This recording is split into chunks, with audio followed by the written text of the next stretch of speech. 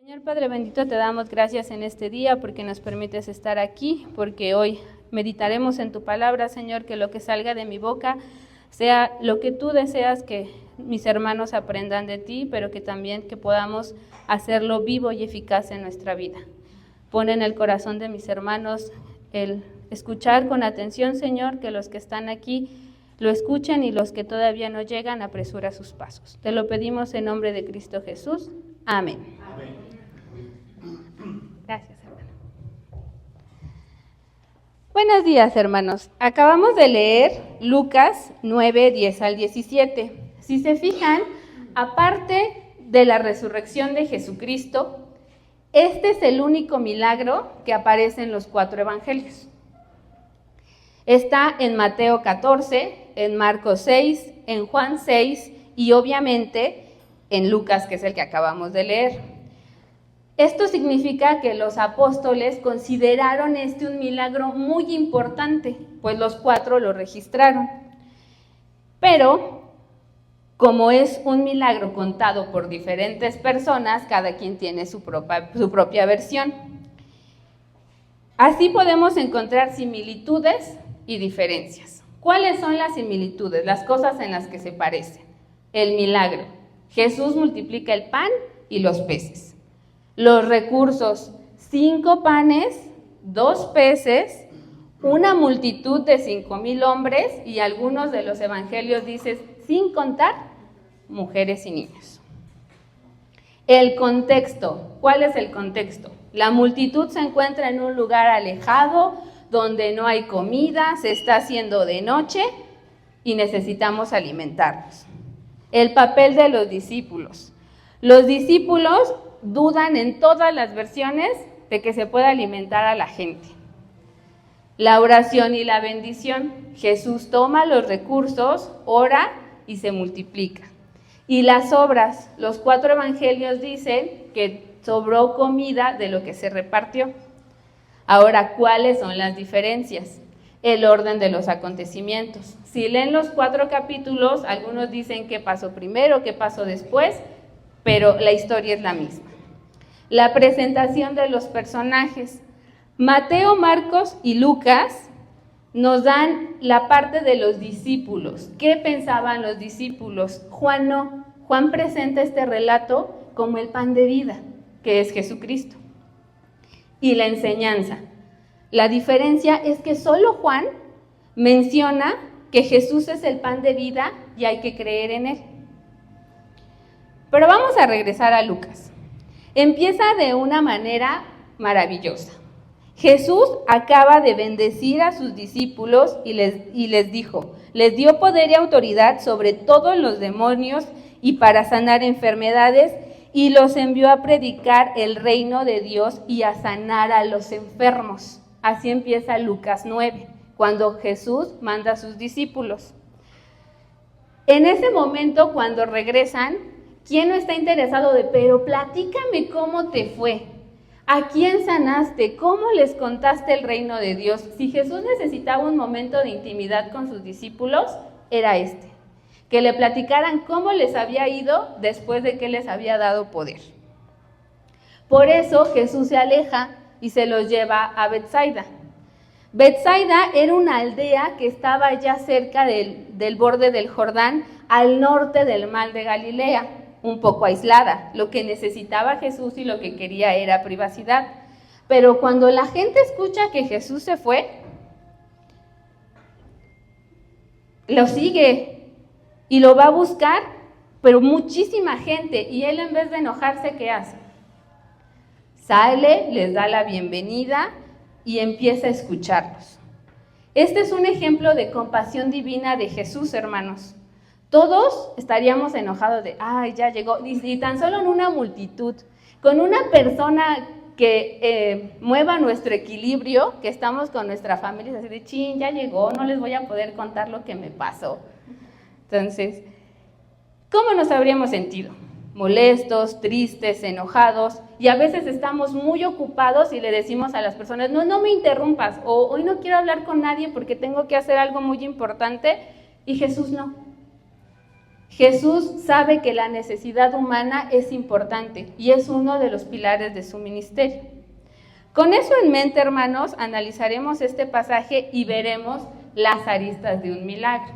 ¿Qué son las aristas? Los diferentes puntos de vista que podemos encontrar en un pasaje. Y yo espero en Dios, hermanos, que uno de ellos se quede en su corazón. Primero, este milagro es un milagro prefigurado. ¿Alguien sabe qué significa prefigurado? Antes de que pase, gracias, hermano. Exactamente. Prefigurado es algo que pasa antes de que suceda.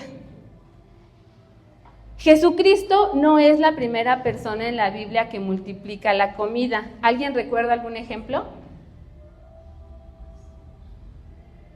No se preocupen, hermanos. Eliseo. Eliseo tiene a su cargo a 100 personas. No tiene que darles de comer porque hay hambre en la tierra, pero llega un hombre y le dice, te traje pan de cebada. El pan de cebada, hermanos, es considerado el pan del pobre. En la Biblia es considerado el pan del pobre. Aquí voy a hacer una pausa para explicarles por qué es el pan del pobre. Las clases más afortunadas podían pagar el pan de trigo, porque el trigo es una semilla que necesita cuidado, que aparte lo tienen que condimentar con levadura, y el proceso es más largo, por eso es más caro. La cebada, en cambio, se cultiva muy rápido y resiste más al sol, a la lluvia, a las plagas, a las tormentas, y puede darse en tierras que no son tan ricas en nutrientes. Por eso es el pan del pobre. Pero no me voy a detener mucho porque podríamos dar un mensaje completo, hermanos, de lo que significa el pan en la Biblia. En esta imagen les puse dos ilustraciones. Una es el pan de trigo, esponjadito, hasta se antoja para hacer un sándwich. El otro es el pan de cebada, que no llevaba levadura, es más tipo una tortilla, pero se llama el pan. En el milagro que estamos hablando, seguramente la multitud que seguía a Jesús, y en uno de los evangelios que dice que era un muchacho el que llevaba el pan y el pescado, pertenecían a la clase pobre, eran los que seguían a Jesús. Si comparamos el milagro de Eliseo y lo que hizo Jesús, nuestro Señor no alimentó a 100 personas, alimentó a 5,000, o sea, multiplicó 50 veces el milagro. Sin embargo, cada judío que recibió una parte del pan y del pescado, sabían que Jesús era mucho más grande que cualquier profeta, mucho más grande que Eliseo. Conocido en el antiguo Israel como el pan de los pobres, el pan de cebada, Jesús cumple con uno de sus propósitos en este mundo, ser el pan espiritual al alcance de los menos privilegiados. Como lo menciona Lucas 6, 20 y 21, donde se habla de las bienaventuranzas. Bienaventurados vosotros los pobres, porque vuestro es el reino de Dios. Bienaventurados los que tenéis hambre, porque seréis saciados. En este pasaje de Lucas 9 se cumplen estas dos bienaventuranzas. Otra de las aristas, hermanos, es que es un milagro público. ¿Alguien recuerda algún milagro de Jesús donde haya gente? ¿Perdón? Donde haya gente, sí. El primer milagro, pero fue semipúblico y semiprivado, porque no todos los asistentes a la boda vieron que convirtió el vino. Solo, la gente que estaba cerca fue la que vio. Entonces no fue completamente público. A veces Jesús entraba en los aposentos de las personas enfermas y los sanaba, entonces era privado. Algunas veces solo lo vieron sus discípulos, como cuando caminó en el agua. Pero un milagro de este tamaño es el único. 5,000 personas, y solo los hombres, vieron a Jesús haciendo el milagro. Alimentar a 5,000 personas con 5 panes y 2 peces es milagroso. Pero el término que se usa en Mateo 14:21, que se pronuncia aner, especifica hombre, o sea, propiamente un varón de forma individual. Hermano Temis, usted es un aner. Hermano Guillermo, usted es un anero. O sea, eran 5,000 hombres nada más. Y Mateo sí enfatiza el punto cuando dijo, sin contar mujeres y niños. Los intérpretes de la Biblia creen que los testigos de este milagro fue mucho, mucho mayor. Durante la investigación de este mensaje, hermanos, encontré que en Galilea, en la época de Jesús, la población era de 175,000 personas aproximadamente. Si son 5,000 hombres, pensemos que cada hombre iba acompañado de una mujer. Estamos hablando de 10,000 y no nos metamos con los niños.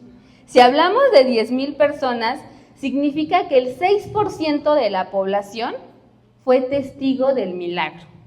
Si una persona te dice, es que yo vi a Jesús multiplicar el pan, ¿a poco sí?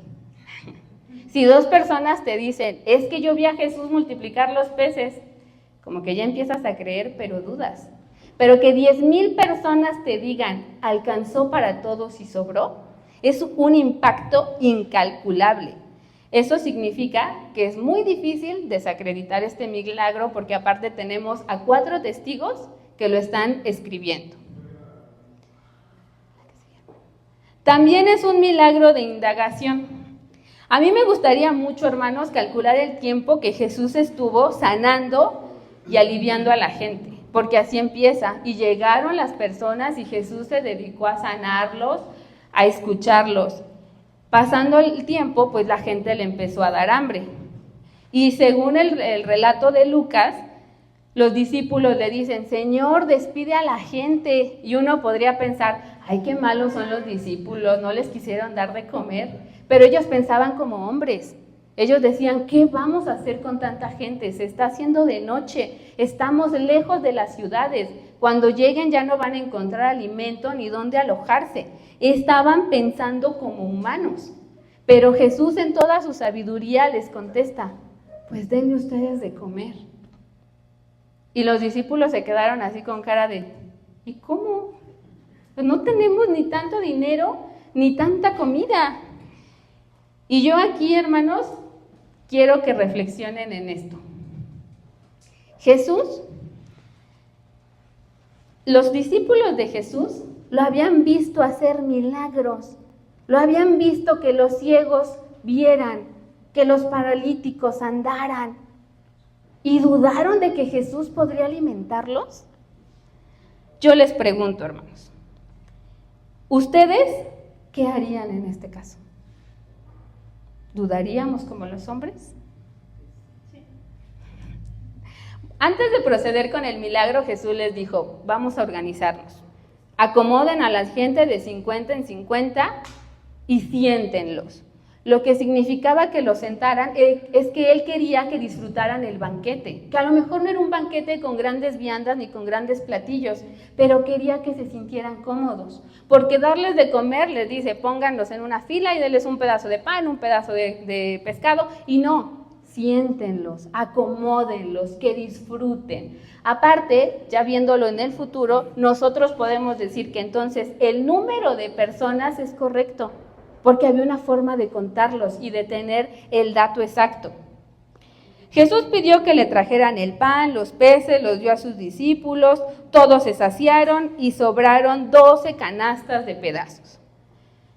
Esto nos dice, hermanos, que Dios quebranta las expectativas del mundo.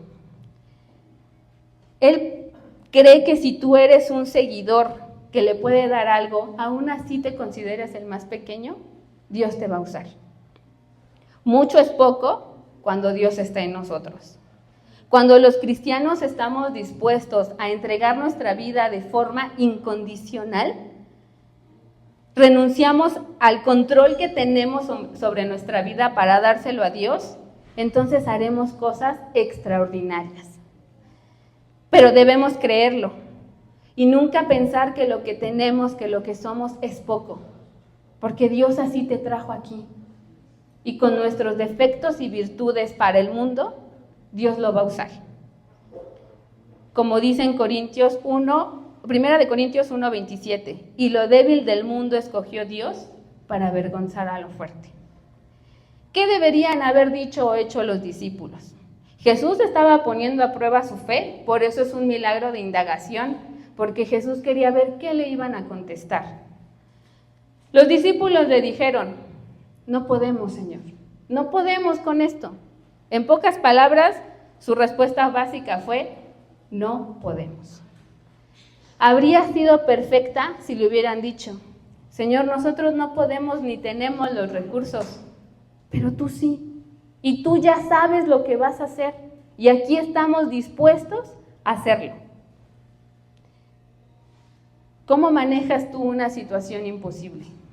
En este momento puedes tener en tu mente un pequeño problema, un problema mediano, un problema grande para nosotros. Pero para Dios es un problema simplemente. Y Él lo va a resolver. Y tú le puedes decir, Señor, yo no puedo. Ni sé cómo resolverlo. Pero sé que tú sí puedes y sabes lo que vas a hacer conmigo. También tenemos que es un milagro de Pascua. La Pascua era la fiesta judía que conmemoraba cuando Israel salió de Egipto. Aunque es el único milagro de los 4 evangelios, el de la alimentación de los 5,000, Juan es el único que dice que fue en tiempo de Pascua. Aquí yo les voy a hacer otra pausa, hermanos, y les voy a preguntar. Cuando la gente les pregunta, ¿cuánto duró el ministerio de Jesús? ¿Qué contestamos? 3 años. ¿Y cómo sabemos? La Biblia dice, así les dice, ¿y Jesús ministró durante 3 años? Tenemos esa referencia por el Evangelio de Juan. Juan marca el ministerio de Jesús por 3 momentos interesantes e importantes, que son las 3 Pascuas que vivió Jesús. La primera Pascua está en Juan 2, que es cuando Jesús entra a Jerusalén y ocurre la purificación del templo. Y Juan dice, estaba cerca la Pascua, es la primera. La segunda es esta. Solo Juan menciona que este milagro pasó cerca del tiempo de Pascua. Y si se fijan, hay algo interesante. ¿Qué dice la Biblia respecto a que Jesús tomó el pan y los peces? Exacto, pero escuchemos, tomando los 5 panes y los 2 pescados, levantando los ojos al cielo, los bendijo, los partió y los dio a los discípulos. ¿Les suena conocido? A la Santa Cena, exactamente. Este evento, hermanos, de la alimentación de los 5,000 ocurre aproximadamente 1 año antes de que Jesús sea crucificado. 1 año antes de que se instituya la Cena del Señor en el aposento alto. Esta es la segunda Pascua. Obviamente la tercera Pascua, ¿cuál es? La crucifixión de Jesús, exactamente. Alimentar a los 5,000 no solo fue un milagro de bondad, fue una señal de que Jesús iba a morir por nosotros y Él iba a ser el pan y el vino y dar su sangre por cada uno de nosotros. No solamente para satisfacer el hambre y la sed humanas, sino el hambre y la sed eternas de todos los que acudimos a Él. También, hermanos, es un milagro prolífico. Si me preguntan, hermanos, yo no sé cómo Jesús multiplicó el pan y los peces. Esa es la verdad. Pero sí sé que fue un milagro, porque solo Él podía hacerlo. Pero también es un indicativo de lo que Él iba a hacer en este mundo. Los evangelistas escriben este suceso, pero ellos no pensaban que se iba a hacer tan grande y que iba a tener tanto renombre después de tanto tiempo. Pero es una manera de describir la propagación del evangelio. ¿Por qué? Si tomamos como referencia que Jesús es el pan vivo y el pan de vida, nosotros tenemos el pan de vida y somos una persona. Salimos y se lo contamos a la gente, le compartimos el pan de vida y no sabemos de qué forma, como no sabemos de qué forma Jesús multiplicó los panes y los peces, pero esa alimentación del pan de vida hace efecto en una persona y después llega aquí. Esa es la historia del evangelio, hermanos. No somos nosotros quienes multiplicamos, ni por nosotros llegan aquí las personas. Nosotros simplemente llevamos el pan de vida a gente hambrienta. y se multiplica con la misma veracidad y seguridad con lo que Jesús hizo en aquel día de primavera en Galilea. Si conoces a Cristo como tu Salvador y formas parte de Él, tu responsabilidad es compartir ese pan de vida, porque la tarea es nuestra de compartir el Evangelio con alguien más. Cuando hablamos de la alimentación de los 5,000 hermanos, pensamos en solo un milagro, en que Jesús multiplica los panes y los peces. Pero el versículo 11 nos dice que sanaba a los que necesitaban ser sanados. Y no habla solamente de sanar físicamente, sino anímicamente, espiritualmente. Entonces, ¿cuántos milagros fueron?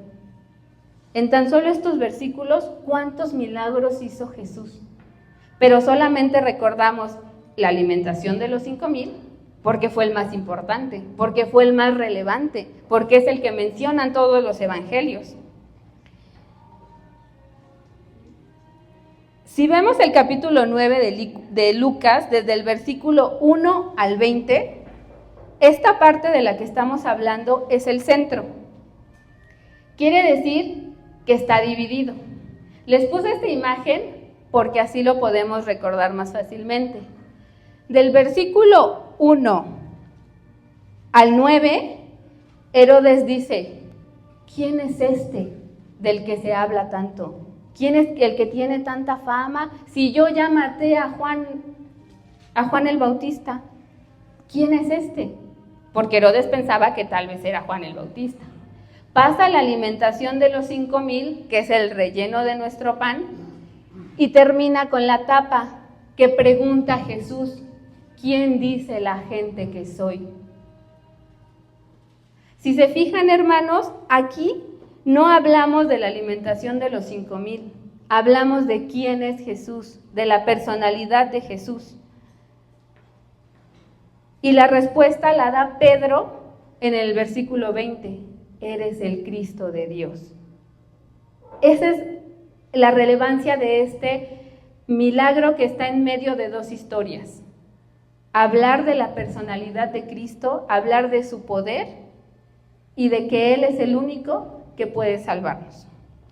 La idea de abundancia está por toda la narración. Hay mucho pan, hay muchos peces, hay mucha gente. Pero si la unimos al tema de la predicación, se define la personalidad de Jesús como la palabra viva, como el alimento vivo, con el poder y la presencia creadora de Dios. La multiplicación de los panes y los peces en este contexto prepara a todos para la declaración de Pedro, eres el Cristo de Dios. Si se fijan, hermanos, al comienzo de la historia la gente sigue a Jesús.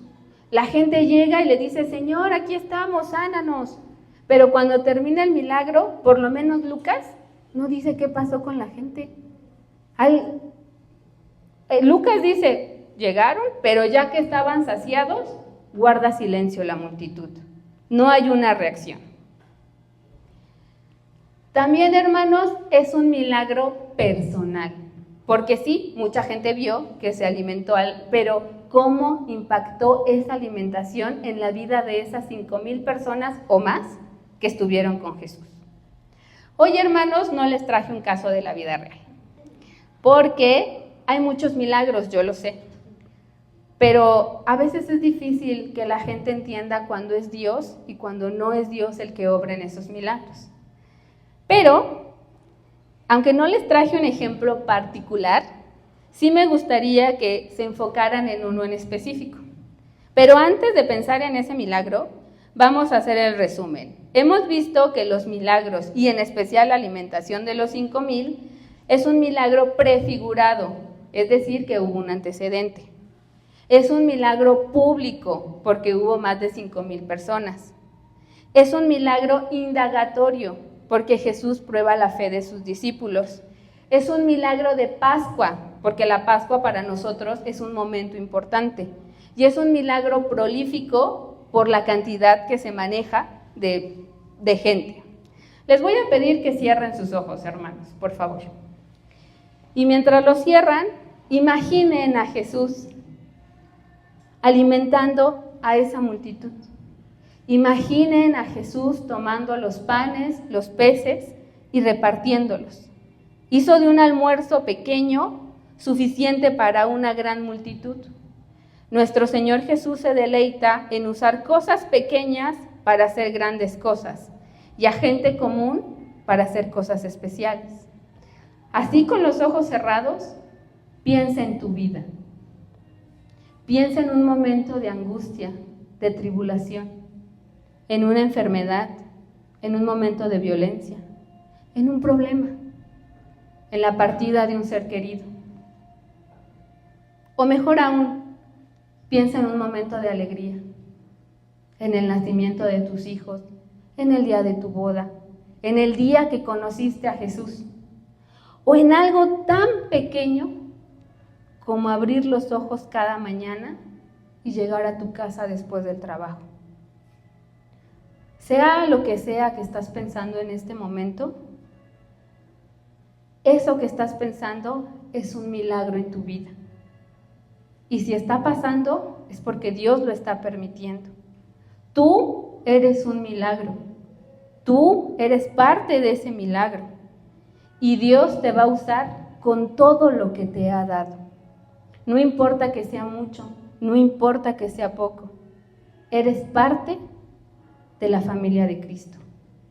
Es tu milagro personal.